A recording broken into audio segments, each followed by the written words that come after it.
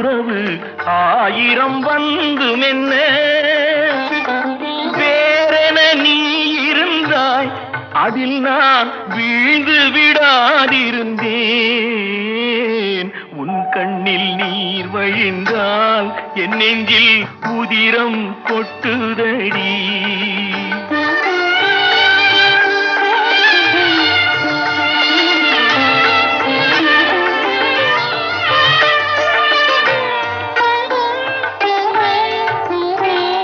முள்ளில் படுக்கையிட்டு இமையை மூடவிடாதிருக்கும் பிள்ளை குலமடியோ என்னை பேதமை செய்ததடி பேருக்கு பிள்ளை உண்டு